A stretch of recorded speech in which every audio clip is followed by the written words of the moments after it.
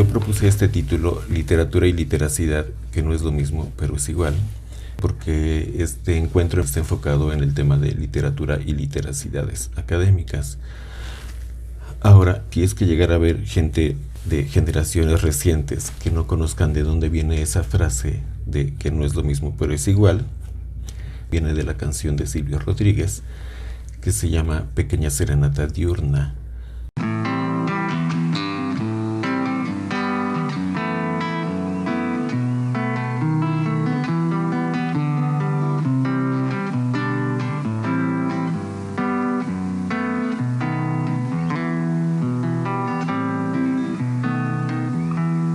Vivo en un país libre, cual solamente puede ser libre en esta tierra, en este instante. Y soy feliz porque soy gigante.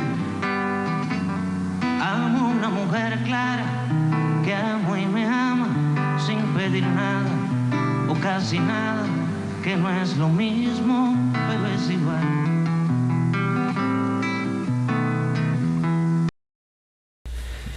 Bueno, ahí es donde aparece esta frase. Dice él, amo a una mujer clara que amo y me ama, sin pedir nada o casi nada, que no es lo mismo, pero es igual. ¿Sí? Entonces yo tomé esta frase poética para decir que entre los conceptos de literacidad y literatura hay bastantes áreas en común. En cierto sentido son términos equivalentes y con una misma raíz. Lo que presento en este diagrama de Venn es del lado izquierdo el concepto de literatura, del lado derecho el concepto de literacidad. La literatura yo la entiendo como un arte, en parte se considera como una de las prácticas o formas del arte, junto con las otras bellas artes, pintura, escultura, música, etc. Y como parte de este contexto o ámbito de las artes, pues en particular se desarrollan géneros como la novela, el cuento, el teatro, la poesía, los aforismos, el periquete, como lo vimos ayer. Y esa sería en parte la característica de la literatura, ¿sí? Es una práctica de escritura enfocada en géneros literarios o géneros del arte, de las letras, ¿sí? Mientras que cuando hablamos de literacidad nos estamos refiriendo al arte y a todo lo demás, es decir, a todas las prácticas sociales en que participan los seres humanos. Una de ellas es el arte, ¿sí? O las artes, pero hay otro tipo de prácticas sociales como el trabajo, la política, la religión, la escuela, la diversión y muchísimas otras, ¿sí? Entonces literacia se refiere al uso de la lengua y en particular de la lengua escrita en cualquier tipo de actividad o práctica social y no solamente en las artes, pero sí incluye también al arte. Entonces, cuando hablamos de géneros en el ámbito de la literacidad, pues nos estamos refiriendo a toda clase de géneros textuales, como pueden ser géneros literarios, periodísticos, académicos, religiosos, políticos, etc., entre los cuales entran tipos o géneros textuales como la novela, el cuento, el teatro, la poesía, la canción, el ensayo, el artículo instructivo, manifiesto, reseña, reportaje, noticia, email, post, meme, video, cine, serie, biografía, etcétera, etcétera, etcétera, etcétera, casi al infinito, ¿sí? Ahora, esas serían como las diferencias entre literatura y literacidad, pero ¿cuál es la semejanza? Pues la zona de intersección, y yo coloco ahí tres conceptos. En primer lugar, letras, los textos y las narrativas, ¿sí? Letras porque, bueno, las dos palabras tienen la raíz letras, ¿sí? Literacidad, literatura, proviene de la palabra letras, ¿sí? Ahora, ¿qué se entiende por letras? Pues curiosamente las canciones tienen música y letra, ¿sí? Así que por letras también podemos entender la lírica o las letras de las canciones, o otra manera de decirlo para mí sería la poesía que se canta, ¿sí? Sin embargo, en un sentido más estricto, la palabra letras se refiere a signos gráficos que representan fonemas del habla, ¿sí? con estos signos gráficos que llamamos letras, y que en el caso de los países occidentales, las culturas occidentales, esas letras son parte de un sistema de escritura llamado alfabeto. Con ese alfabeto nosotros construimos textos, ¿sí?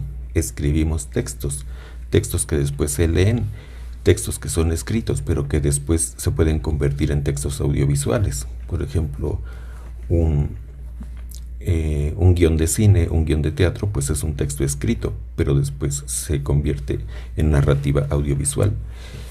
Y ahí aparece la tercera palabra, que es narrativa, ¿sí? Finalmente, ese es, para mí, sería el sentido de las letras y los textos.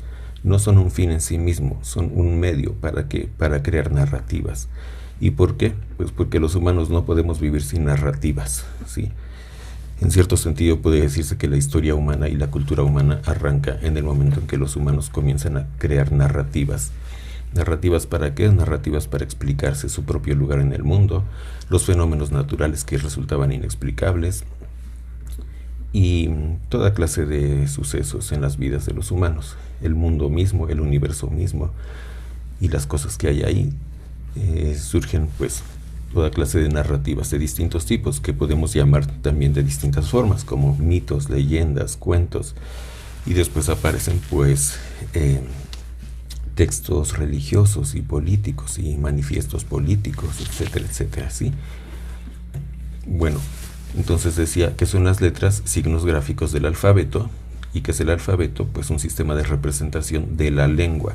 Aquí introduzco este nuevo concepto que es fundamental, ¿sí? El alfabeto es un medio visual, gráfico, para representar la lengua, ¿sí? Por lo tanto, la escritura, o lo que representamos con las letras, no es otra cosa que lengua escrita. Va de nuez, dice aquí. Las letras son lengua escrita, ¿sí? Subrayo eso y lo pongo en un recuadrito ahí con colores y todo, porque se pierde de vista muy pronto esta idea, ¿sí? Se tiene la idea, especialmente en el medio educativo, de que la lectura y la escritura son habilidades en sí mismas, y que el objetivo pedagógico es enseñar lo que llaman las habilidades de lectura y escritura. Pero la lectura y la escritura no son nada sin la lengua. Leer y escribir no son más que manifestaciones secundarias de un fenómeno subyacente, que es la lengua, la capacidad de los humanos de hablar idiomas naturales, entre comillas, como el español, el inglés, el náhuatl, el maya, etc. Entonces, esa lengua escrita se puede manifestar de tres maneras: en forma de letras, literalmente las letras del abecedario; en forma de textos, como los cuentos, leyendas, artículos científicos y demás; y en forma de narrativas, como las narrativas sobre el origen de la humanidad, las narrativas sobre los dioses, las narrativas sobre las enfermedades, los virus, las revoluciones sociales, la injusticia, el amor, el deseo, la soledad, etcétera, ¿sí? De eso tratan las narrativas de los humanos. Ahora, ¿cuál es el gran problema? Yo identifico un gran problema desde el punto de vista educativo. Es el problema de la apropiación de la lengua, porque hay un sector que yo diría que es minoritario en la población humana, no solo en México, sino en todo el mundo, que es capaz de hablar, leer, escribir y entender más de una lengua. Hay gente que es políglota, ¿sí? Es decir, que habla 2, 3, 4, 5 o más idiomas, y no solamente los habla y los escucha y los entiende, también los lee y los escribe. A veces esos idiomas se representan con sistemas de escritura diferentes. Y por otro lado, existe un sector mayoritario de la población que no solamente no habla una segunda, tercera o cuarta lengua, sino que ni siquiera habla su lengua materna de manera completa, ¿sí? Yo eso lo digo a veces en broma, diciendo que no solamente no dominan una segunda, tercera o cuarta lengua, sino que no dominan ni siquiera una lengua. Podría decirse que son hablantes de media lengua o un cuarto de lengua o algo así. Me dio risa porque me empecé a imaginar los tacos de lengua donde te dan nada más un pedacito de lengua. Pues así, exactamente, eso es lo que nosotros enfrentamos en el sector educativo, ¿sí? Un porcentaje grande de gente, especialmente joven, que sus tacos de lengua solamente traen un pedacito de lengua, ni siquiera traen una lengua completa de la lengua materna, ¿sí? ¿Cuál es un segundo problema? Pues cuando se trata de usar por escrito esa lengua, le podemos llamar a este gran problema 2, el juego del calamar escrito. Y viene el caso totalmente este meme reciente que dice: el próximo juego se trata de usar por qué y por qué correctamente, ¿sí? Y entonces los jugadores ahí entran en un verdadero pánico. Entonces esta imagen, que parece una broma, y lo es porque pues es un meme, realmente representa la actitud, el gesto, la emoción que siente mucha gente cuando se le enfrenta a la tarea de leer o escribir. Lo curioso, y yo diría lo patético, es que esa misma reacción de pánico la sienten estudiantes universitarios, que son personas que ya atravesaron por todo el sistema escolar, desde la primaria, a veces desde el preescolar, primaria, secundaria, preparatoria, y llegan a la educación superior, y cuando les dices que lean en voz alta, se atoran, se tropiezan, pues van ahí todo despacito, cambian unas palabras por otras. Y cuando les pides escribir, bueno, pues ni qué decir, ¿verdad? Entonces, aquí dice del lado izquierdo: aprender la lengua escrita es como aprender música de a debis, o sea, de a de veras. La diferencia entre que a uno le guste la música y tocar música es que al que le guste la música la puede chiflar. Una cosa es chiflarla, tú puedes chiflar una canción, pero otra es tocarla, ¿sí? Para tocar realmente música bien, pues bueno, se estudia en una escuela, y lo que uno estudia en esa escuela es en gran medida un sistema de escritura, que técnicamente es un sistema de notación, que es el lenguaje escrito musical, que incluye símbolos como los que están ahí. Esa sería otra manera de entender qué es literacidad académica. Haciendo una analogía con la música, es exactamente lo mismo. Es la diferencia entre ser un músico empírico, alguien que no estudió música propiamente, y ser un músico que estudió en una escuela. Académico significa que es algo que se estudia en una escuela. La palabra academia en sí no se refiere solamente a la universidad, a la educación superior o a la investigación científica. La palabra academia es sinónimo de escuela. En sí tiene su origen en Grecia, en la Grecia antigua. Academia era el lugar, algunos dicen que era el jardín, en donde daba clases Sócrates, y cada uno de los grandes filósofos se reunía con sus discípulos en algún lugar, que generalmente eran sitios públicos como jardines, y esos jardines se llamaban con palabras como academia, liceo, etc. Entonces lo que nosotros llamamos ahora escuela es eso. Básicamente la idea es que es cuando tú estudias algo de manera formal en una escuela, y ese estudio incluye, entre otras cosas, aprender los lenguajes correspondientes a eso que estudias. Y casi en todas las disciplinas, desde la antigüedad hasta la fecha, aprender lo que sea, incluyendo filosofía, música, teatro, retórica, arquitectura o lo que sea, requiere que tú aprendas ciertos sistemas de escritura o sistemas gráficos de símbolos, ¿sí? Entonces, regresando a ¿cuál es el punto central de igualdad o equivalencia entre literatura y literacidad? Yo lo resumo en esta definición. En ambos casos se trata de lo siguiente: es la capacidad de expresarse por escrito de manera elocuente, creativa e inteligente. Si se dan cuenta, esta definición está de los dos lados, en literatura y en literacidad. Capacidad de expresarse por escrito de manera elocuente, creativa e inteligente. En este sentido son exactamente lo mismo, ¿sí? Otra manera de decirlo es, como dice aquí en la intersección, desarrollar o dominar hasta cierto punto el arte de la lengua. Y no es casualidad que en los países anglosajones la materia de lengua desde la primaria se llama Language Arts, artes de la lengua, así se llama, y no porque estén llevando la materia de literatura. Así se llama Language Arts o artes del lenguaje, es lo que en nuestros países llamamos la clase de español. Ahora, tenemos este otro problema ligado completamente, pues, el tema de la expresión, como lo señala también este encuentro, ¿sí? Es un concepto central. ¿Por qué? porque para expresarse los seres humanos tenemos como medio principal, primario y fundamental, pues la lengua en sus distintas modalidades, hablada, escrita y ahora decimos multimodal, pero el sistema base es la lengua hablada. Yo he elaborado esta imagen para señalar que la idea de expresión es equivalente a expresión. Y esta imagen de un huevo roto con estas rayitas allá adentro, que todos conocemos que es la señal o el símbolo típico de los presos, personas que están presas en una cárcel y van anotando los años que llevan en esa cárcel, con este sistema de notación que son rayitas. Lo que nos indica es esto: cuando alguien está encerrado, se rompe esa prisión, en este caso un huevo, y nos deja ver que estuvo encerrado, pero la persona ya salió. Salir de la prisión es expresión o es expresarse, ¿sí? ¿Y qué significa esto? ¿O por qué es importante expresarse? Porque es fundamental que la gente aprenda a hablar por sí mismos, que no dependa de otros que los representen, como pueden ser los diputados, los políticos y demás, ¿no?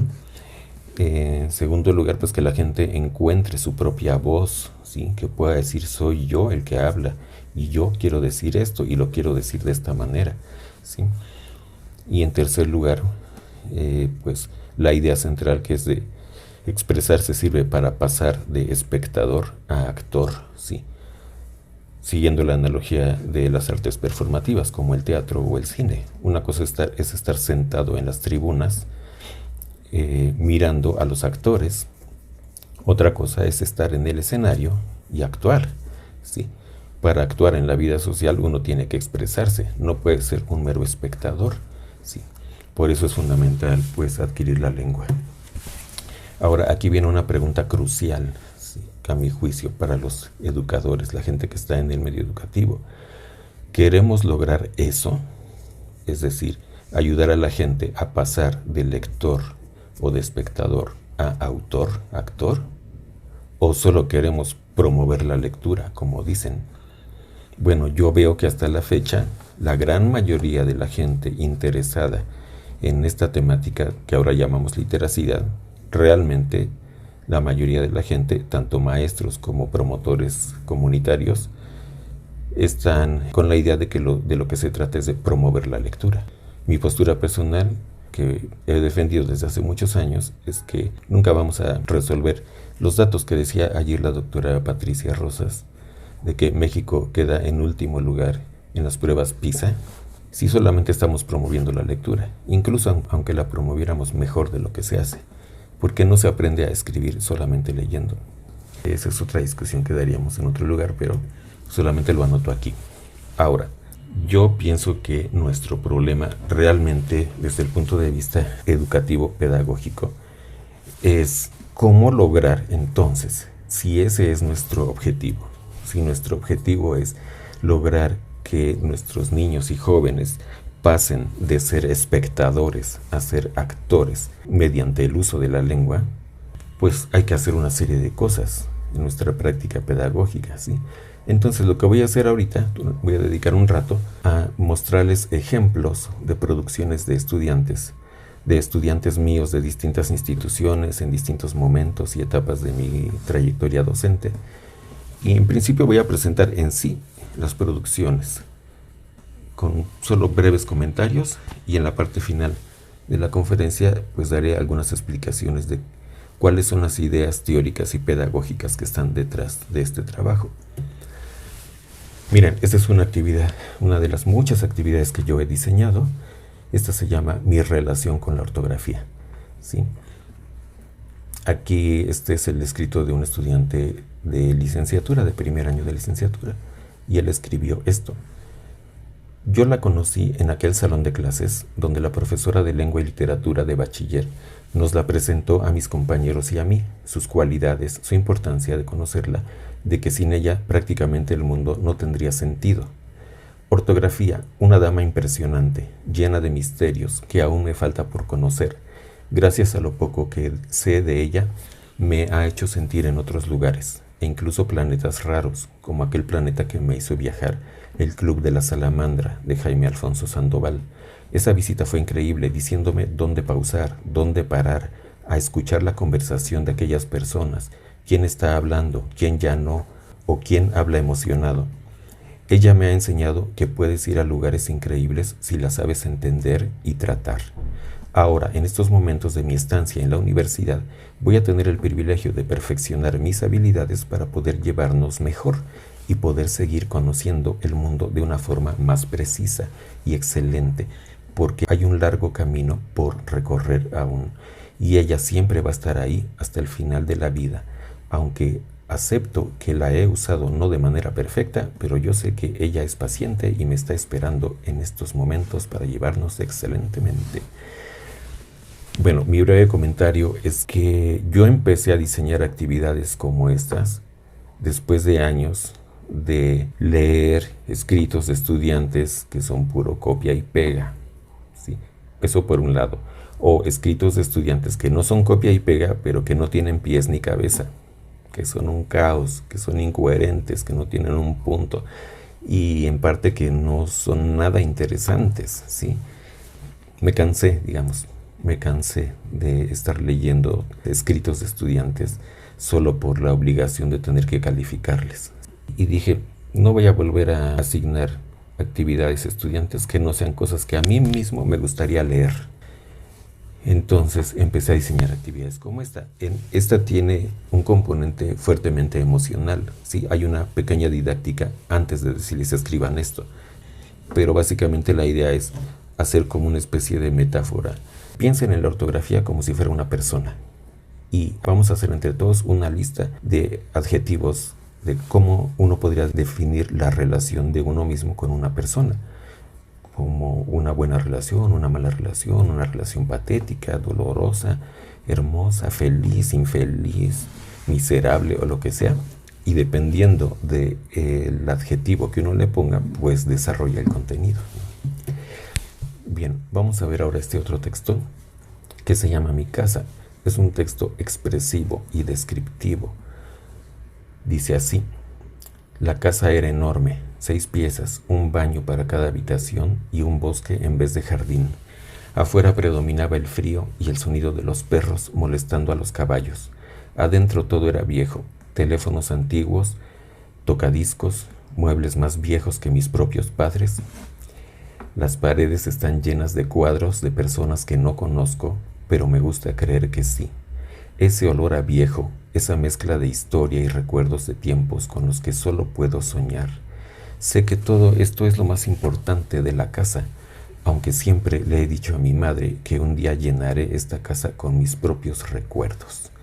Sí, eso lo escribió Claudio, que también era un alumno de primer año de licenciatura.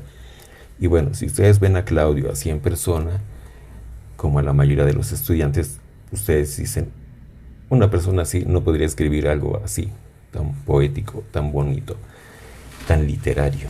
Bueno, pues ya ven que sí, nada más que hay una didáctica detrás de eso. En este caso, este es un texto basado en un libro que se llama Cómo acercarse a la poesía, de Ethel Krause, donde ella hace su propia autobiografía de cómo se acercó a la poesía. Y entonces hacemos una especie de reescritura de una parte de lo que ella escribió. Yo les digo, reescríbelo para que en lugar de que hable de la casa de Ethel Krause, hable acerca de tu casa de la infancia. Y bueno, los textos que salen son increíbles, son emotivos, pero además, como pueden ver, pues son bastante poéticos, literarios. Y otro pequeño detalle, son correctos gramatical y sintácticamente. Las oraciones están bien hechas, tienen la puntuación donde debe ser. Y no digo que sean perfectos, porque aquí le faltan algunos acentos, uno que otro detalle, pero definitivamente es un uso elocuente del lenguaje, ¿sí? Veamos esta otra actividad.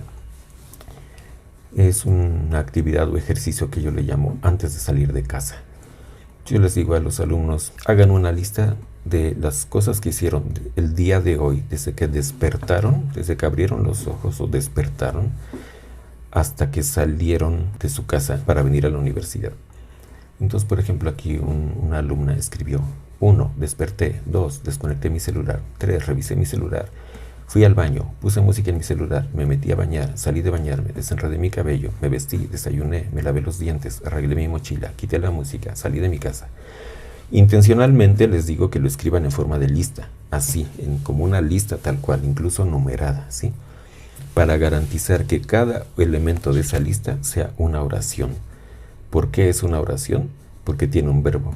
Tú no puedes decir que hiciste algo sin decir un verbo, ¿sí? Para decir que hiciste algo como me vestí, desayuné, salí o entré, pues esos son verbos.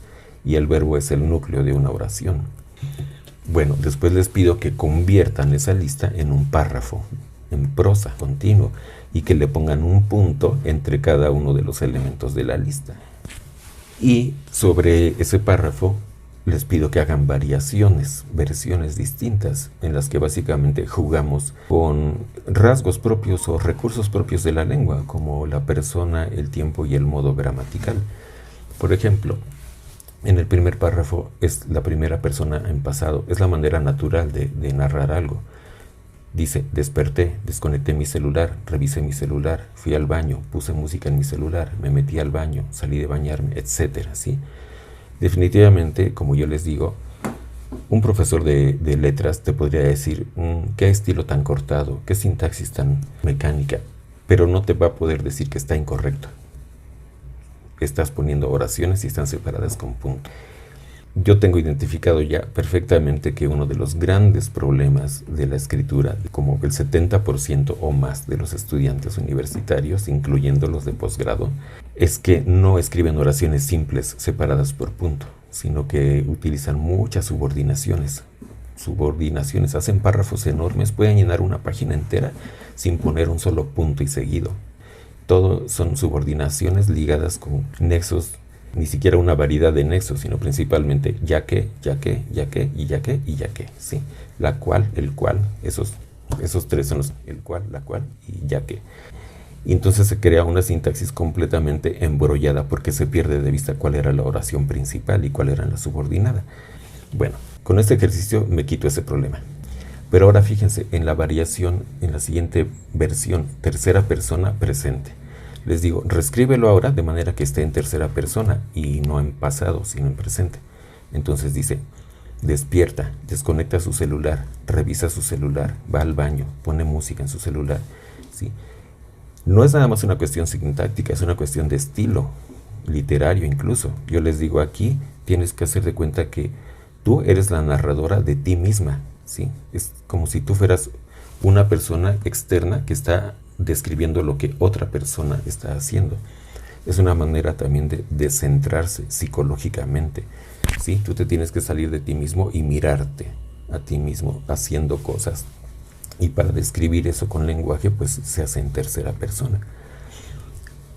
Ahora, en segunda persona, pues es en el modo imperativo, ¿no? Despiertas, desconectas tu celular, revisas tu celular, vas al baño. Si se dan cuenta aquí, pues me imagino que lo están viendo, porque aquí en este evento hay profesores de letras y de lengua, de literatura. Eso es exactamente lo que hacen muchos autores, escritores famosos.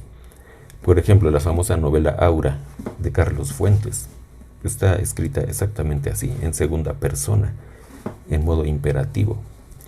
Ahora yo le puse otra variación, segunda persona futuro, despertarás, desconectarás tu celular, revisarás tu celular, etc. Y en modo impersonal, despertar, desconectar, etcétera, etcétera, ¿sí? Bueno, me extendí un poquito aquí en este ejemplo, pero es para decir que si los estudiantes tienen tanto problema y tanto pánico, como si estuvieran en el juego del calamar, cuando les dice uno que escriban, es porque nunca les enseñaron esto. Nunca les enseñaron y nunca hicieron ejercicios de jugar con los recursos de la lengua, ¿sí? Como son la persona gramatical, el tiempo gramatical, el modo, etcétera, ¿sí? Esto continúa. Hay otro ejercicio que después les digo. Ahora vamos a convertir esas oraciones cortadas, simples, en una sintaxis un poco más compleja, ¿sí? Y digamos, agrupando 2 o 3 o 4 oraciones de esas cortitas en una sola oración compuesta, con principal y subordinadas, ¿sí? Bueno, ahora, otra cosa que he hecho, y esto lo he hecho con estudiantes de carreras distintas como matemáticas, ingeniería, biología, sociología, etcétera, etcétera, ¿sí? Por ejemplo, el taller de metáforas es otro recurso de la lengua. Todo mundo las usa, todo mundo, cualquier persona, cualquier hablante, no importa su nivel de escolaridad, simplemente por decir frases hechas o dichos populares está haciendo metáforas. Pero es diferente cuando tú solo las escuchas y las repites a cuando tú las tienes que inventar, ¿sí? Entonces también para eso hay una didáctica. Y miren, aquí les quiero enseñar cómo es parte esto del taller de un profesor nerd como yo. Este es un archivo Word, simplemente así tengo muchos archivos Word para muchas cosas que hago. No es nada más decirles, inventen una metáfora. A ver, les voy a leer 3 metáforas y ahora ustedes inventen 3. Pues no, hay que hacer una didáctica. Ese es el trabajo del profesor. Y bueno, aquí tengo recursos para poder hacer metáforas. Miren, les puedo resumir el núcleo esencial de la palabra didáctica con esta definición. Hacer didáctica significa que tú diseñas actividades que garanticen que los aprendices van a poder realizar esa actividad de manera exitosa. Punto. Si tú haces una actividad en donde los aprendices fallan, y no solo fallan, sino que fallan miserablemente al grado que uno se ríe, se burla y les dices no sirves para nada, pues el que no sirve para nada como maestro es uno. Entonces, hay muchas maneras, pero esta es una muy elemental. Hacemos una tabla como esta, con 3 columnas, bueno 4. Ponemos, vamos a hacer una lista de sustantivos concretos, como cama, computadora, árbol, perro y el que quieran, ¿sí? Después, el verbo es, o sea, el verbo ser conjugado, ¿sí? Luego, una lista de sustantivos abstractos, como amor, vida, felicidad, etcétera, ¿sí?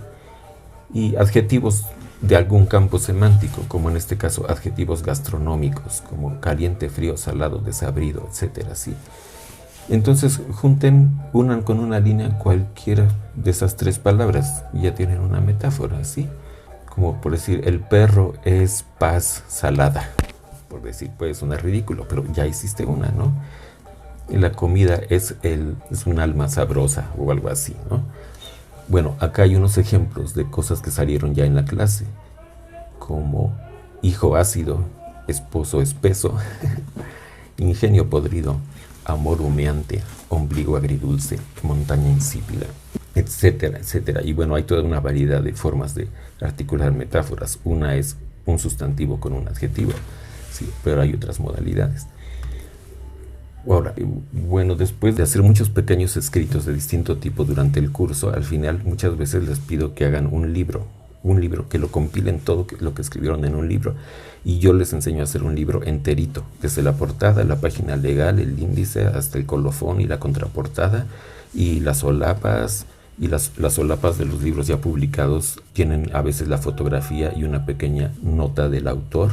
Entonces, esto sería el escrito de la solapa, ¿sí? Por ejemplo, este chico escribió esto acerca de sí mismo como autor de su libro. Pablo Luján nació el 30 de octubre de 1997, hijo de una familia de clase media. Él tiene 2 hermanos, Ana Isabel y Rodolfo, hijo de Rodolfo, Pablo L. y Rosa María R. A su corta edad, Pablo ya presentaba habilidades de redacción inhumanas. A la edad de 5 años, rayó en la pared su nombre con una crayola, sorprendiendo a todo el mundo. Con esta obra de arte hoy considerada patrimonio de la humanidad, sus padres pensaron en meterlo a una escuela de escritores jóvenes, pero al presentar su examen quedaron tan sorprendidos que le ofrecieron dar clases en la misma. Bueno, es increíble, pero bueno, me parece excelente que está realmente usando su imaginación de manera desbordada, ¿no? Y además se le está subiendo la autoestima pues hasta los cielos, ¿no? Y luego dice, rechazando el puesto, Pablo continuó con su educación básica a la edad de 18 años. Decidió entrar a la Universidad Autónoma Metropolitana, Campus Coajimalpa. En la materia de literacidad, sus habilidades salieron a relucir con los trabajos y ensayos que le dejaba su profesor Gregorio. Él, con el tiempo, empezó a notar esas habilidades y le propuso tener MB en su materia a cambio de nada.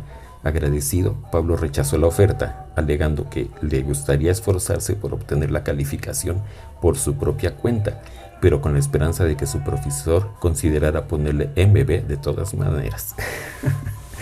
Bueno, como pueden ver, este escrito tiene toda una variedad de errores básicos, ¿no? Algo de puntuación, acentos, así. Pero sin duda es un texto auténtico. Ahí está la voz y la personalidad y la imaginación y la creatividad del autor. y el texto tiene sentido y tiene coherencia y perfectamente podría ser, como en realidad lo fue, la solapa de su propio libro del que él es el autor. Él se quiso autorretratar así, ¿no? Y bueno, así todos, ¿no? Tengo aquí en este PowerPoint muchos otros ejemplos. Ya me los voy a saltar rápido para ir a la parte final, solamente los voy a ir enunciando, ¿sí?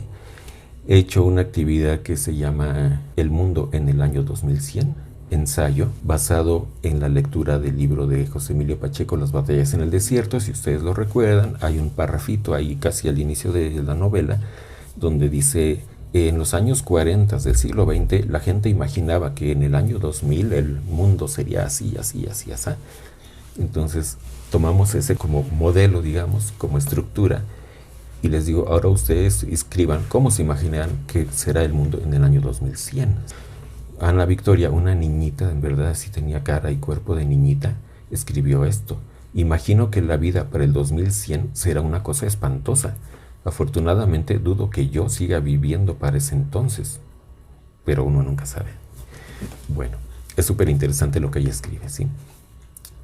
Bueno, aquí anoté: no hay que irse con la finta. Como pueden ver, en estos escritos ha habido errores de distintos tipos. Lo que quiero decir con no irse con la finta es que mucha gente en la actualidad, especialmente maestros comprometidos con una pedagogía crítica, liberadora y decolonial, dicen no, que los estudiantes ya están sacando sus verdaderas voces y su subjetividad, y lo importante es su subjetividad, no importa cómo escriban. Bueno, yo digo que no. Yo digo que sí hay que enseñarles de todos modos sintaxis, ortografía y puntuación, ¿sí? Pero en el contexto de estar haciendo actividades significativas y emotivas. Si tú dices, no, es que qué bueno que ya escribieron, pero van a salir otra vez de la universidad escribiendo de cabeza con una sintaxis horrenda, pues no. Bueno, está otra actividad que yo le puse: si pudiera vivir de verdad, basada en la novela de Momo. ¿Qué he hecho de mi vida?, dice esta chica. Mi vida va pasando entre la duda, el miedo y el anhelo de cumplir mi sueño. He dedicado varios años de mi vida en vivir de la duda y el desconcierto de saber lo que me espera, de percibirme incapaz de realizar mis propios sueños. He perdido el tiempo pensando lo que estarán haciendo los demás, los que sí se han atrevido a luchar por lo que querían, los que me dejaron de lado porque no los quise alcanzar, etcétera, etcétera. No sé ustedes qué piensen, pero a mí estos textos me mueven y me conmueven, ¿no? Voy a hablar ahora de algunos principios teóricos y pedagógicos detrás del diseño de estas actividades. Un concepto central es el de rediseño. Ayer cuando nos hablaban de los periquetes, pues se usaban palabras como parodia, ¿sí?, o parafraseo, parodiar o parafrasear. Bueno, otra manera de decir parafrasear o parodiar es rediseñar. Rediseñar es lo que hacen los ingenieros y los arquitectos y los diseñadores en todos los campos. Nadie inventa el objeto, ¿sí? Los arquitectos no inventan la casa, ¿sí? Los diseñadores industriales no inventan el coche o la silla, ¿sí? Lo único que hacen es rediseñar sillas que ya existen, ¿sí? Hacerles pequeñas modificaciones a algún coche que ya existe. Igual a las casas, los arquitectos. Entonces, aquí estamos aplicando este mismo concepto. Un problema pedagógico es que muchos maestros quieren que los estudiantes escriban desde la nada, así literalmente en una hoja en blanco. Algunos poquitos lo hacen, se los puedo garantizar. Va a haber un 3% o 2% que van a ser excelentes escritos, pero el 97% lo van a hacer de la patada. Entonces, para ese 97% sirve el rediseño, que es dar textos modelo y decir reescríbanlo, cámbienle cosas, recréenlo a su modo, con su contenido. Bueno, estas son imágenes que representan muchos tipos de actividades que he diseñado, incluyendo actividades en sitios web o audiovisuales o digitales. Hay un sitio web sobre jóvenes y trabajo, un conjunto de autobiografías culturales, los presis sobre cultura universitaria, el infomercial académico, ensayos sobre el pasado, sobre el presente y sobre el futuro. Si se dan cuenta, esa idea es muy distinta a la idea que tienen, yo diría que el 90 y tantos % de los profesores universitarios, que creen que los ensayos solamente son sobre la lectura que ellos les prescribieron. Quiero que leas a Sócrates, 80 páginas, y me hagas un ensayo crítico. Bueno, lo puedes pedir, pero te van a entregar una cosa que no desearás haber pedido. Bueno, yo he hecho muchos sitios web también con trabajos de estudiantes. Este es uno que se llama Expresión y Diseño Digital.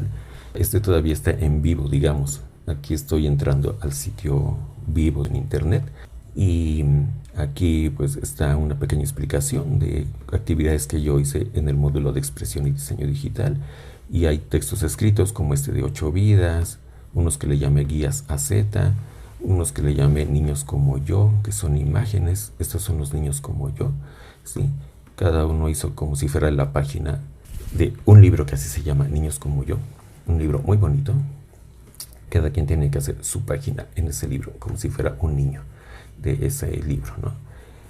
Las narraciones digitales, que estos son videos, siguiendo el concepto de la historia digital o digital storytelling, ¿sí? Muchos quedaron todavía aquí en internet.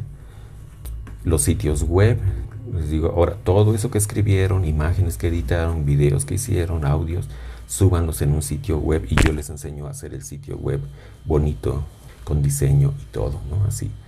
Este es el sitio web de Grisel, ella misma se presenta y tal, y aquí en un menú que tiene aquí arriba mete sus propios escritos, ¿no? Hay un tipo de escrito que yo me inventé y le llamé la guía AZ. Este es un ejemplo de una guía AZ, ¿sí? Bueno, fue sorprendente cómo muchos estudiantes se soltaron, se escribieron libros enteros literalmente con la guía AZ, ¿sí? Bueno, también he hecho lo que les digo, las narraciones digitales. Ya no nos da tiempo de presentar aquí, pero son impresionantes porque aquí además se escucha la voz de ellos, sus fotografías, etcétera, ¿no? Estos son ejemplos de rediseños, ¿sí? Del libro de Niños como yo. Estos son otros de la guía AZ que están basados en, se puede decir que es un rediseño de un libro de Roald Dahl que se llama D is for Dahl. Ahora, ¿cuál es la gran diferencia entre literatura y literacidad? Yo digo que la gran diferencia es que la literatura se enfoca en las obras en sí, es decir, en la poética, en la estilística, en la estética, en la narratología o en la historia de las obras y los autores y las corrientes, etcétera, ¿sí? Mientras que la literacidad se enfoca en los sujetos. ¿Y en cuáles sujetos? En todos, no nada más en los escritores. ¿Y de los sujetos en qué se enfoca? En sus procesos de adquisición y apropiación de la lengua, en los dilemas y conflictos de identidad que enfrentan cada vez que se les pone en el rol de tener que escribir o interpretar un texto, en los conocimientos que tienen sobre la lengua hablada y escrita y sobre el mundo, en la comprensión que tienen de la lengua y los textos. En eso se enfoca el campo de estudios y de acción de la literacidad. En medio, como decíamos, están los puntos en común, las letras, los textos y las narrativas, nada más que los abordamos desde distinto enfoque. A los literatos, la gente que estudia letras en las facultades de letras, se enfocan en las obras artísticas propiamente y sus estructuras, técnicas, estilos y demás. Y los que estamos en el campo de la literacidad nos enfocamos en formar a los sujetos. Entonces, el gran dilema que enfrentamos como educadores es cómo hacer que un aprendiz de la lengua pase de ser un principiante a ser un pro, o sea, un experto. Bueno, muy modestamente les puedo decir que esos ejemplos que les presenté son maneras de resolver esta pregunta. ¿Cómo hacer que escriban patas para arriba a que escriban cosas significativas, etcétera? Organizadas, ordenadas, coherentes, con puntuación, etcétera, ¿sí? Entonces estamos con problemas o temas de enseñanza. Otro reto que necesitamos entender y resolver los maestros es entender la lengua, y la lengua es bien compleja, y si uno va y le pregunta a los lingüistas te van a hacer más bolas, francamente. Bueno, yo he leído bastante de lingüística, de muchas corrientes y perspectivas, y a la conclusión que yo he llegado, que me sirve para fines pedagógicos, es entender la lengua como un juego. La lengua es exactamente como un juego, así como el ajedrez o como el fútbol, ¿sí? Todo juego, digo, además de que es este pedacito de carne que está sacando ahí el perrito, la lengua es un juego, y todo juego tiene piezas, Sí, el ajedrez tiene piezas, el fútbol tiene jugadores y balón y cancha, tiene reglas, el ajedrez tiene reglas, el fútbol tiene reglas, tiene jugadores, sí, y tiene fines. En el fútbol es meter goles, en el ajedrez es darle jaque mate al rey contrario. En la lengua hay muchos fines posibles. Y otro punto central para avanzar, dejar de decir que los alumnos no pueden, es que uno como maestro se tiene que convertir en un diseñador pedagógico. Hay muchas ideas posibles, yo llamaría ideas fuerza detrás, ¿sí? Pero estas son tres que a mí me parecen muy potentes. La idea de expresión, la que dije, de la imagen del huevo que se rompe. Y realmente la idea que está ahí es la de hacer una pedagogía para que los alumnos pasen de lector a autor, actor. La idea del rediseño, que ya he explicado, y la idea de los affordances, que esa no lo expliqué, pero acá se explica. Sí, así como cada cosa, cada objeto que ha sido diseñado, la forma del objeto te dice cómo usarlo. Una perilla de puerta te está diciendo que es para girar, un botón te dice que es para apretar, unas pinzas te dicen que es para que la agarres con tu mano y las aprietes. Bueno, cada diseño didáctico, cuando está bien hecho, según yo, a los estudiantes en este caso o a los aprendices ya les está diciendo si se trata de girar, presionar, apretar, pero en relación con la lengua, ¿no?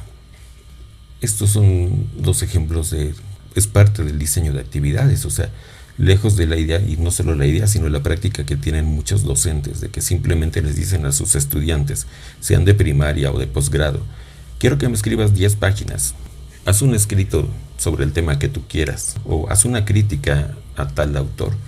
No, uno tiene que diseñar la actividad con sus instrucciones claras, y a veces esas instrucciones son largas, no es así una frasecita.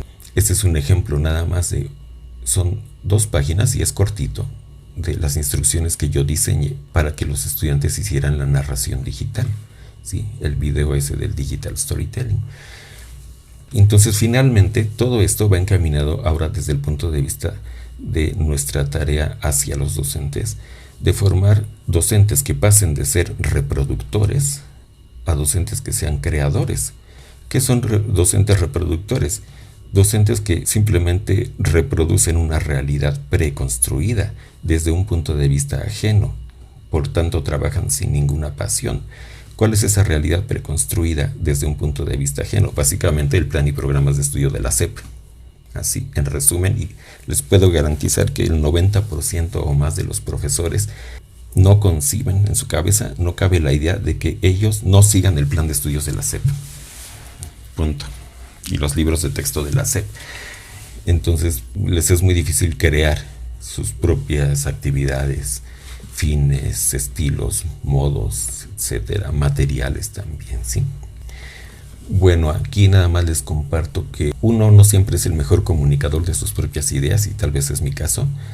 Aquí me encontré un día sin querer a una profesora excelente de Puebla, que ella escuchó y vio algunos de mis materiales y hizo un podcast que está en Spotify, aquí lo pueden ver, en la que ella tituló Literacidad en el adolescente. Y bueno, todo lo que les acabo de decir, ella lo explica mejor que yo, y lo está explicando para maestros, ¿sí? Entonces, con esto concluyo mi presentación. Les agradezco mucho su atención.